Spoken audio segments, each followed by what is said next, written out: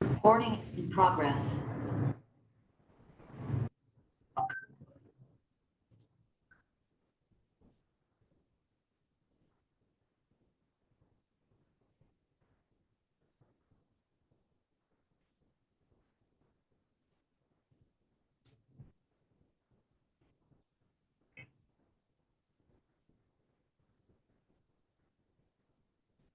अस्सलाम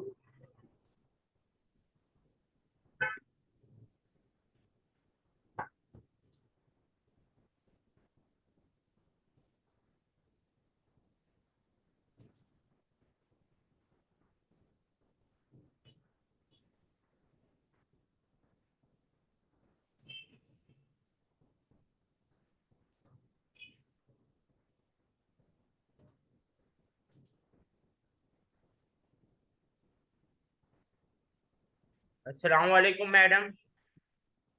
वालेकुम।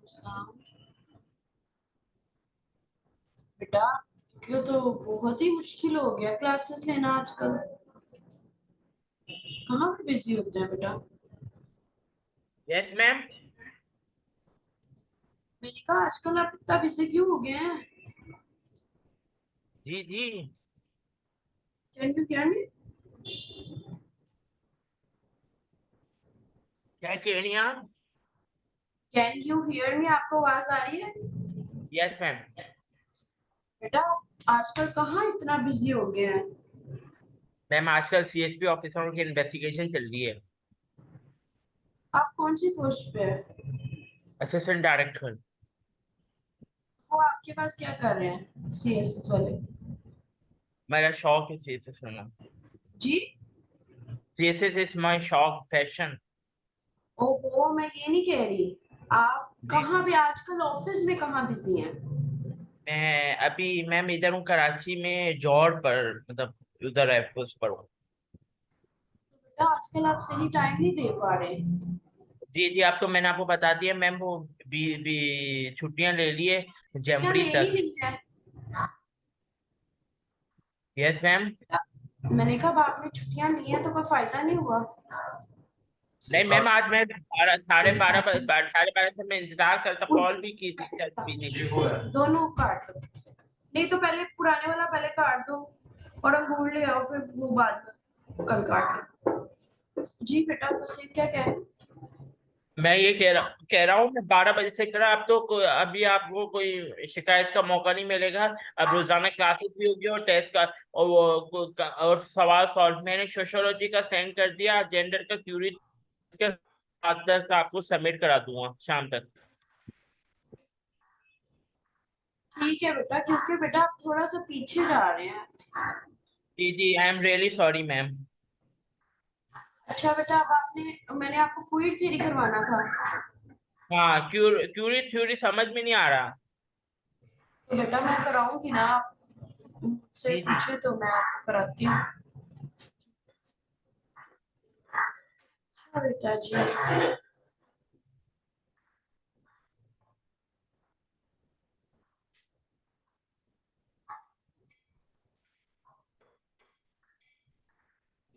Screen share हो रही है? जी जी जी। बेटा क्विड थ्योरी जो है ना, वो LG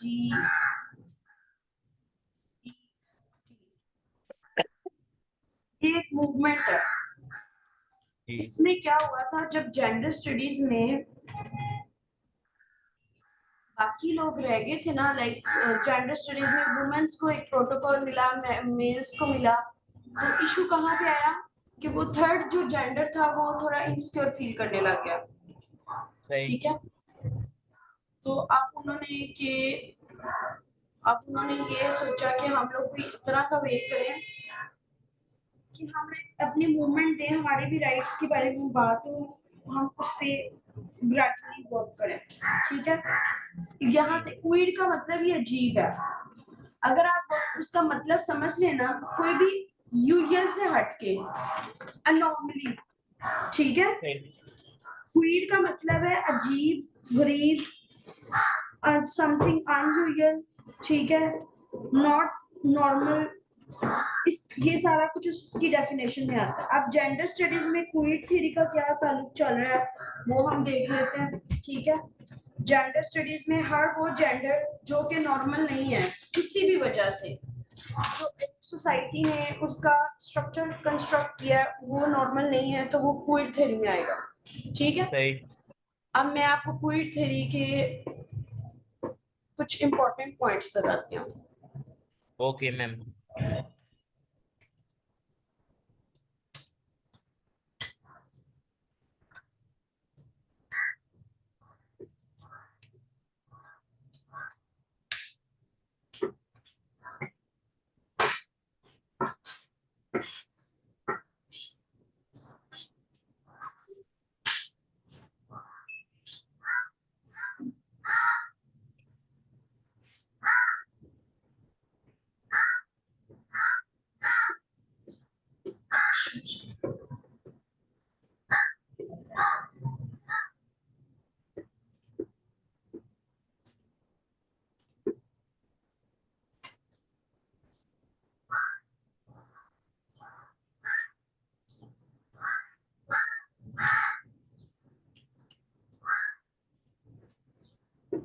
There is maximum you need to learn about queer theory.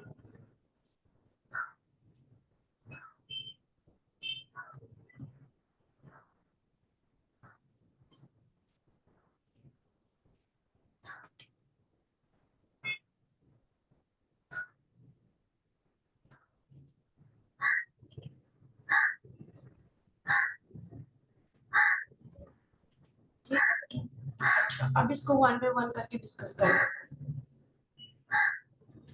आपको स्पॉटलाइट ऑन कर देते हैं, ये आपको हाइलाइटर दे देते हैं, ये रेजर है, स्पॉटलाइट, इसका स्क्रीनशॉट ले लें। अच्छा, और दूसरा I would like to on ताकि आपको वो आती रहे।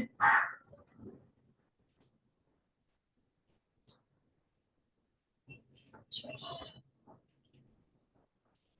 ये हमारे साथ चल रही है, ठीक है, वीडियो शो हो रही है ना। Yes ma'am. अब ये मैं आपके साथ कर रही हूँ, हाइलाइटर है। पहले आपको मैंने बताया क्वीर थ्योरी होती क्या है। क्वीर थ्योरी में समथिंग ऑड, समथिंग डिफरेंट, और जेंडर स्टडीज में क्वीर का मतलब है वो चीज जो कि यूजुअल से डिफरेंट हो, ठीक है। अच्छा, ये क्रिटिकल थ्योरी है, 20वीं सेंचुरी को आई है जेंडर और सेक्सुअल स्टडीज में। अच्छा, सेक्सुअलिटी जो है वो बायोलॉजिकल है, जो जेंडर है that is social construct. It has different traits, features and other stuff. अब यहाँ पे एक क्वेश्चन और भी यहाँ पे बनता है, that is the difference between sex and gender. वो बात की बात है, ठीक है, वो भी एक क्वेश्चन है, उस पर भी मैं आपको मटेरियल भेज दूंगी अगर नहीं भेजा हुआ तो। अब क्वीर थ्योरी में ये है कि जो इन एक ट्रांजिशन, ये जो सेक्सुअलिटी में जो दो डिमेंशन के अलावा जितनी भी और थिंग्स हैं वो क्वीर थ्योरी में फॉल करती हैं, ठीक है बेटा। इसमें क्या है, सारे के सारे चैलेंजेस को डिस्कस किया गया है, पर्टिकुलरली वो चैलेंजेस जो कि ट्रेडिशनल है। बाइनरी का क्या मतलब है, बाय का मतलब होता है टू, बाइनरी क्या होता 0 है। और 1, मतलब बाइनरी 0 और 1 वही चीज है। बाइनरी में क्या आ जाएगा, एक मेल और दूसरा क्या आ और जाएगा, एक फीमेल, फीमेल। ओके। ठीक है। ये होगी binary understanding of gender and sexuality. अब इनकी क्या क्या ट्रेड्स है, कब कहाँ कैसे करना है, वो सारा इसमें डिस्कस होगा। It offers a more complex and nuisance perspective on these issue. Basically queer theory एक किस्म की मूवमेंट है जिसमें सारे के सारे चैलेंजेस, मतलब ये यहाँ पे तो थ्योरी है, प्रैक्टिकली तो अब हमने अभी देखे ना, जैसे एलजीबीटी मूवमेंट हो रही है, जैसे डिफरेंट डिफरेंट जो है मूवमेंट्स हो रही हैं इनके राइट्स के लिए, ठीक है। इनके इनका फ्लैग का कलर रेनबो कलर होता है, ये सारी चीजें वो उनकी आइडेंटिटी है। अब इसमें ये बाइनरी अंडरस्टैंडिंग है, मतलब इन दोनों के बीच में ये जो फर्क है ना वो क्यों है, कैसे है, दोनों जेंडर्स में, और जो सेक्सुअलिटी बायोलॉजिकल पार्ट को डिस्कस करती है, जेंडर एक वाइडर है, तो दोनों को हमने देखना है। इन दोनों के जो चैलेंजेस होंगे वो क्वीर थ्योरी एड्रेस कर रहा है। Are you with me? इसमें सारे के सारे चैलेंजेस को हम डिटेल में देखेंगे। अच्छा, अब यहाँ पे हमने कुछ इंपॉर्टेंट पॉइंट्स है, की कॉन्सेप्ट है, इस पे आपने यही 20 मार्क्स का क्वेश्चन है। 1 2 3 4 5 6 7 8 paragraphs, introduction, what is queer theory, history, current status, elements of queer theory, critical analysis, conclusion, that would be all। ठीक है, ठीक हो गया बेटा या नहीं? आर यू विथ जी जी मी? जी जी। अच्छा, बस आपने कॉन्सेप्ट पढ़ेंगे तो आपको सारा समझ आ जाएगा, और इसके साथ साथ एक एक एग्जांपल देनी है हर जगह पे, मैं भी आपके सामने दूंगी एक एक करके। पहले तो आगे क्रिटिक ऑफ हेट्रोनॉर्मिटी, मतलब हेट्रोजेनेसी क्या होता है, एक से ज्यादा चीजों को, एक से ज्यादा आइडेंटिटीज को डिफरेंट पर्सपेक्टिव में बताना, और जेंडर में डिफरेंट डिमेंशंस के साथ उस पर क्रिटिक की गई है। क्वीर थ्योरी ने उसी को एड्रेस किया है।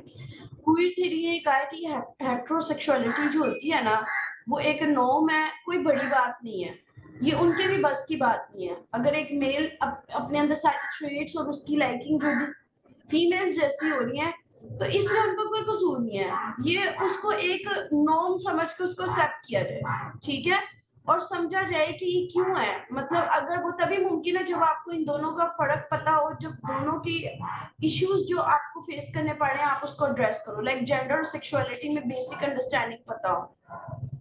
इसके साथ साथ इसमें क्वीर थ्योरी में ये भी आ जाता है कि हमने क्या करना है, इसको ये जो हेट्रोसेक्सुअलिटी उसको डीकंस्ट्रक्ट करना है। मतलब जरूरी नहीं एक बंदा कि एक ही सेक्सुअल आइडेंटिटी हो, एक से ज्यादा भी हो सकती है। जब एक से ज्यादा दो होंगी तो वो बाइसेक्सुअल होगा, जब दो से ज्यादा होंगी तो वो हेट्रोसेक्सुअल होगा। ठीक है बेटा, ये समझ आ गया?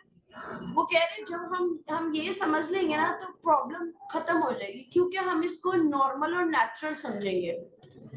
जो शीमेल्स है ये उनके अपने कंट्रोल में तो नहीं होता ना, बल्कि उनके लिए खुद उस चैलेंज को एक्सेप्ट करना डिफिकल्ट हो रहा होता है।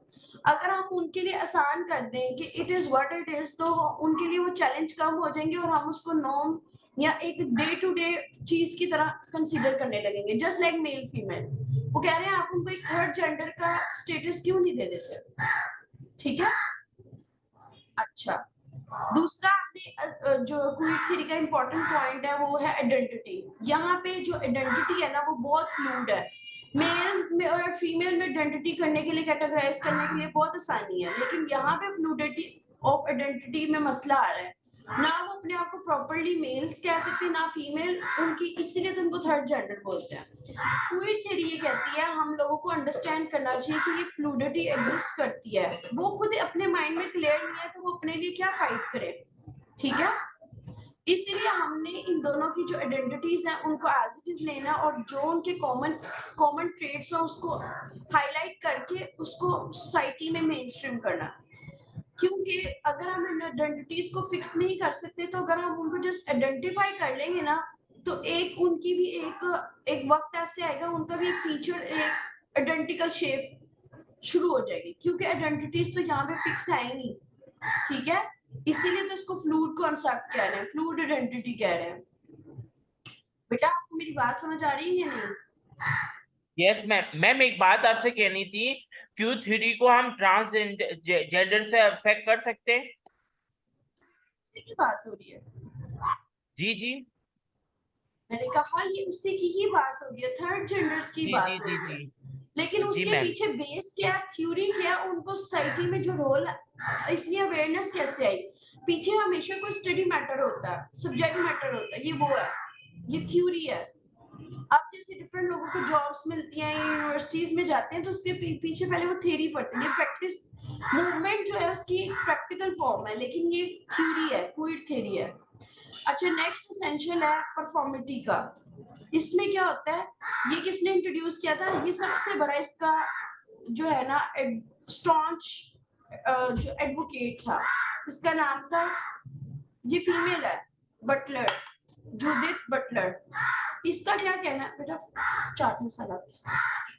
अच्छा, इसका क्या कहना है कि हम ये कॉन्सेप्ट ही उसने इंट्रोड्यूस कराया था। उसने कहा था जेंडर और सेक्सुअलिटी ये कोई इनहेरेंट नहीं है, लेकिन हम बार बार एक उनको क्यों, कहाँ, कैसे, उनकी लाइकिंग डिसलाइकिंग, उनका बिहेवियर, उनके एलिमेंट्स, उनका वे ऑफ, उनका लाइफस्टाइल, अगर सोसाइटी उसको कंस्ट्रक्ट कर दे तो रिपीटेड एक्शन और बिहेवियर से हम देख लेंगे वो कैसा परफॉर्म करते हैं, और जैसे वो परफॉर्म करेंगे हम उसको एक थ्योरी का पार्ट बना लेंगे, क्योंकि ये जो आइडियाज हैं वो आहिस्ता आहिस्ता एक साथ अब्जॉर्ब हो जाएंगे और उनकी कोई एक कंक्रीट फॉर्म आ जाएगी। और इस चैलेंज को, आइडिया को हम जो वो अपने आप को समझते हैं, जितने भी थर्ड जेंडर हैं वो अपने आप को कैसे परसीव करते हैं, उनकी सेल्फ परसेप्शन को हम रिकॉर्ड करते जाएंगे। ठीक हो गया, ये इसका थर्ड एलिमेंट है।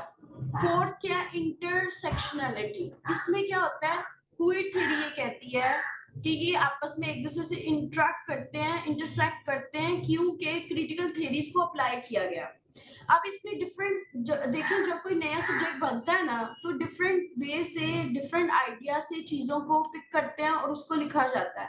अब ये कॉन्सेप्ट क्वीर थ्योरी में क्या होता है कि हम क्रिटिकल रेस थ्योरी से हेल्प ले रहे हैं और फेमिनिस्ट थ्योरी, इन दोनों के आइडियाज को अप्लाई कर रहे हैं थर्ड जेंडर पे, तो वो क्या बन जाएगी, क्वीर थ्योरी। और क्वीर थ्योरी में जो कॉन्सेप्ट अप्लाई होगा दैट वुड बी इंटरसेक्शनैलिटी। ठीक हो गया। इसके लिए हमें, अगर हमने इन दोनों थ्योरीज को अप्लाई करना और थर्ड जेंडर पे, तो उसके लिए हमें एक पावर का सिस्टम देखना होगा कि कहाँ पे पावर लाया करती है और किसको, कौन से जेंडर को कितनी प्रिविलेज है, और वो आपस में कब कब इंटरसेक्ट करते हैं। और इसकी वजह से जितनी भी मार्जिनलाइज्ड आइडेंटिटीज है, थर्ड जेंडर को मार्जिनलाइज्ड आइडेंटिटीज भी कहते हैं, यूनिसेक्सुअल, बायसेक्सुअल, ठीक है, ये सारे इसमें ही आ जाते हैं। ठीक है, यहाँ तक आप मेरे साथ हैं? जी मैम। मैम ये सारी चीजें ना, जो होमोसेक्सुअल, ये सारी चीजें हम लोग के यूनिवर्सिटी में ऑर्गेनाइजेशन बिहेवियर में पढ़ाए थे, ये सारी चीजें। तो बेटा ये वही इसमें आ जाएगी, लेकिन इस जो इसको पीछे से इसकी बेस है ना जो सपोर्ट कर रही है, उस थ्योरी का नाम है क्वीर थ्योरी। ओके ओके ठीक है। मैम। अब इसमें एक और एलिमेंट और कॉन्सेप्ट है, दैट इज सोशल कंस्ट्रक्शन। जो क्वीर थ्योरी है वो ये कहती है कि हम हर चीज को सोशल कैटेगरीज देते हैं। ठीक है, अब जब थर्ड जेंडर्स को हम पढ़ते हैं तो उसमें कुछ कैटेगरी होमोसेक्सुअल होते हैं, कुछ हेटेरोसेक्सुअल होते हैं। तो हमने ये भी देखना है कि वो सोसाइटी में उनकी क्या सिग्निफिकेंस है, वो कैसे उठते बैठते हैं। अब देखिए यहाँ पे सेम सेक्स मैरिजेस पाकिस्तान में इतना कोई आम कॉन्सेप्ट नहीं है, ठीक है, बट इन अदर कंट्रीज उनकी सोसाइटी में ये रच बस गया है, उनकी सोसाइटी के लिए इजी पार्ट हो गया, वहां का नॉर्म बन गया। इसी तरह से यहाँ पे आप एग्जांपल दे सकते हैं सेम सेक्स मैरिज।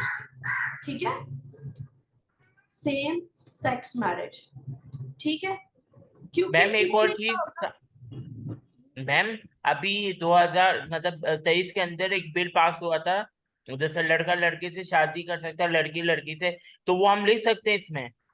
तो बेटा अभी बिल्कुल बिल लिखिए, पास। वही है, उसी को कह रहे हैं सेम सेक्स मैरिज। और इसके अलावा भी तो उसको लेस्बियन एंड गे बोलते हैं। आपको टर्म्स पता होनी चाहिए क्योंकि आप जेंडर स्टडीज में हो और आपको वो आपसे ये टर्म्स एक्सपेक्ट करता है। ठीक है, देन हमारे पास ठीक आ है जाता मैम। है रेजिस्टेंस एंड सबवर्जन। एक एलिमेंट और एक कॉन्सेप्ट ऑफ क्वीर थ्योरी में वो ये कि क्वीर थ्योरी इंकरेज करती है कि हम बताएं कि जो सोसाइटी के नॉर्म्स है, ये नॉर्मेटिव एक्सपेक्टेशंस क्या होती हैं। मतलब ऐसे तो एक्सपेक्ट किया जाता है ना कि लड़की लड़के से शादी करेगी, लेकिन आप क्वीर थ्योरी के मुताबिक हमने हमारे लिए इतनी आम बात होनी चाहिए, अगर हमें कोई आके ये करके टू गर्ल्स, टू मतलब lesbians, they are lesbian and they are getting married, तो हमें इसकी एक नॉर्मेटिव एक्सपेक्टेशंस होनी चाहिए, हम एक्सपेक्ट कर सकते हैं। ठीक है, क्योंकि आहिस्ता आहिस्ता ये क्या होगा, इससे उनकी भी आइडेंटिटी को एक शेप मिलेगी और उनकी जो सोशल नॉर्म्स है जो बाकी जेंडर्स के लिए, वो भी इसमें ऐड अप होना शुरू हो जाएंगे। ठीक है, उसके बाद आ जाता है it often aligns itself with political and social movement for LGBTQ for their rights and liberation. ठीक है बेटा, यू जी got ma'am. It. Yes ma'am. Basically resistance, अगर हम ज्यादा रेजिस्टेंस, हमेशा एक बात याद रखना, जब हम किसी चीज को ज्यादा, यहाँ पे आप एग्जांपल दे सकते हो मी टू मूवमेंट की।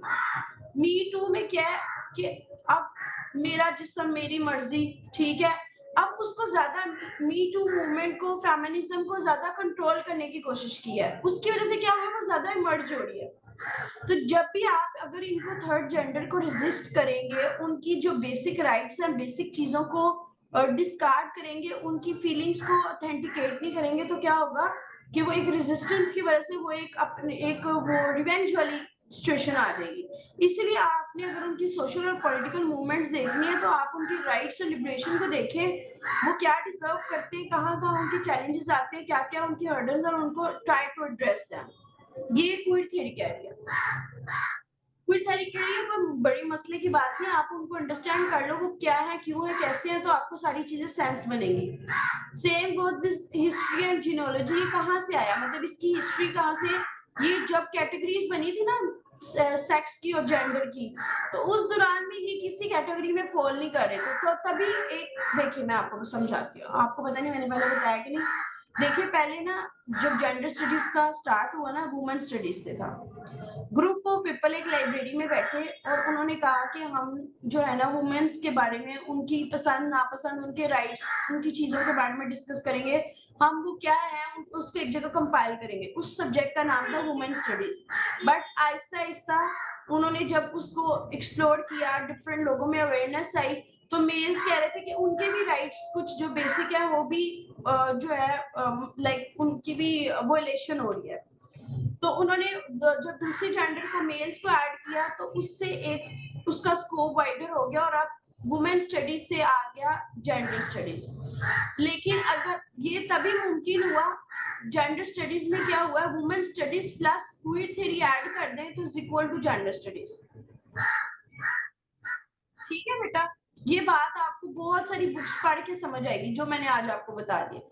अगर आप क्वीर थ्योरी, वुमेन स्टडीज के रूल्स और क्वीर थ्योरी को प्लस कर दें तो जेंडर स्टडीज बन जाता है, जेंडर स्टडी बन। ये अब ये बात नहीं है, आम बंदों को समझ आती है, इसकी वजह से वो स्ट्रगल करते हैं। इसी तरह से इसमें लैंग्वेज और डिस्कोर्स है, जाहिर है हमारा कल्चर, हमारी सोसाइटी, इवन आप देखिए लैंग्वेज इवन कलर है, पिंक फॉर गर्ल्स, ब्लैक और ब्लू फॉर बॉयज। तो इसी तरह लैंग्वेज भी, अब कहते हैं ना ये सेक्सिस्ट लैंग्वेज बोल रहा है, क्योंकि वो हमने सोचा हुआ है हमारी सोसाइटी में कि भाई फाउल लैंग्वेज मेल यूज करें तो इट्स ओके, फीमेल्स यूज करें तो it's not okay, they are vulgar, they are this, they are that, ठीक है, they are not socially acceptable. तो इससे क्या होता है कि एक नॉर्मेटिव आइडिया आ गया है, वो ये कह रहे हैं इन सारे पॉइंट्स को जब हम कंसीडर करेंगे तो क्वीर थ्योरी खुद ही बन जाएगी। क्वीर थ्योरी के कुछ एलिमेंट्स है, अब आपने एक तो पहले इसको डाउनलोड कर लो, मतलब इसको सेव कर लो, ठीक है। यस मैम, मैं लिख लिया है, साथ ही में आप बोल रही थी मैं लिख रहा था। अच्छा, अभी मैं इसको क्लियर करके ना आपको बेसिकली मैं इस क्वेश्चन को एड्रेस कैसे करना है क्वीर थ्योरी के, वो मैं आपको बता देती हूँ, ठीक है। ये देखिए, ये आ गया, ये क्वेश्चन अक्सर आ जाता है, क्वीर थ्योरी है, इसमें आपने क्वेश्चन को ट्रेस कैसे करना है। Introduction, what is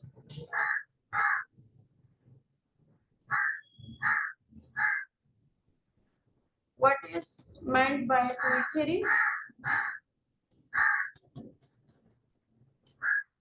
historical background, कब कहाँ कैसे, ये सब इजीली आपको मिल जाएगा, किसी एक बुक से कर लें, मैंने आपको बता दिया इंपॉर्टेंट। अभी कौन कौन सी मूवमेंट हो रही है, करंट स्टेटस या current events for LGBT and then elements या critical points of queer theory, ठीक है। उसके बाद हमारे पास आ जाएगा, इसको क्रिटिकली एनालाइज करें, क्या बात आपकी अपनी क्या ओपिनियन है, वो जो मैंने आपको बताया ना women studies plus gender studies equal to women studies plus queer theory is equal to gender studies, उसको थोड़ा एलैबोरेट करने का आपका क्रिटिकल एनालिसिस आ जाएगा एंड देन करेंगे, दैट वुड बी ऑल।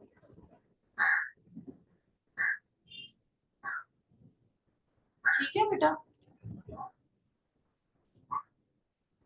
ठीक है मैम। क्वेश्चन?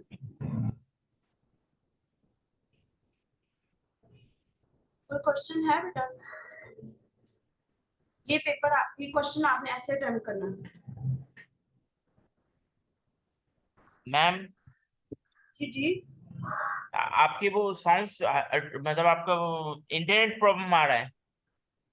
मैंने कहा ये आपने इस तरीके से अटेम्प्ट करना है, दैट्स ऑल फॉर टुडे। जी जी, ठीक है? ये सॉल्व मैं करके आपको सेंड करता हूँ। मैम आपसे ये बात पूछनी थी कि आपने कहा था कि इंट्रोडक्शन मतलब आप तो थोड़ा सा आउटलाइन अपनी थोड़ा, तो आउटलाइन बनाने के लिए आप वो पहले ब्रेनस्टॉर्मिंग करूं या क्वेश्चन को पहले डिकोड करूं? मैंने आपको सिखा दी है ना, अब तो आपको आ गई है इंट्रोडक्शन, व्हाट इज व्हाट की, जी जी जी जी जी। हिस्टोरिकल वो करंट एलिमेंट्स, जो जो मैं जी आपको वो क्वेश्चन कराई जाऊंगी वो मैं आपको कराती रहूंगी ना, ग्रेजुअली आपको भी आ जाएगी। It would not be that difficult. ठीक है? और कुछ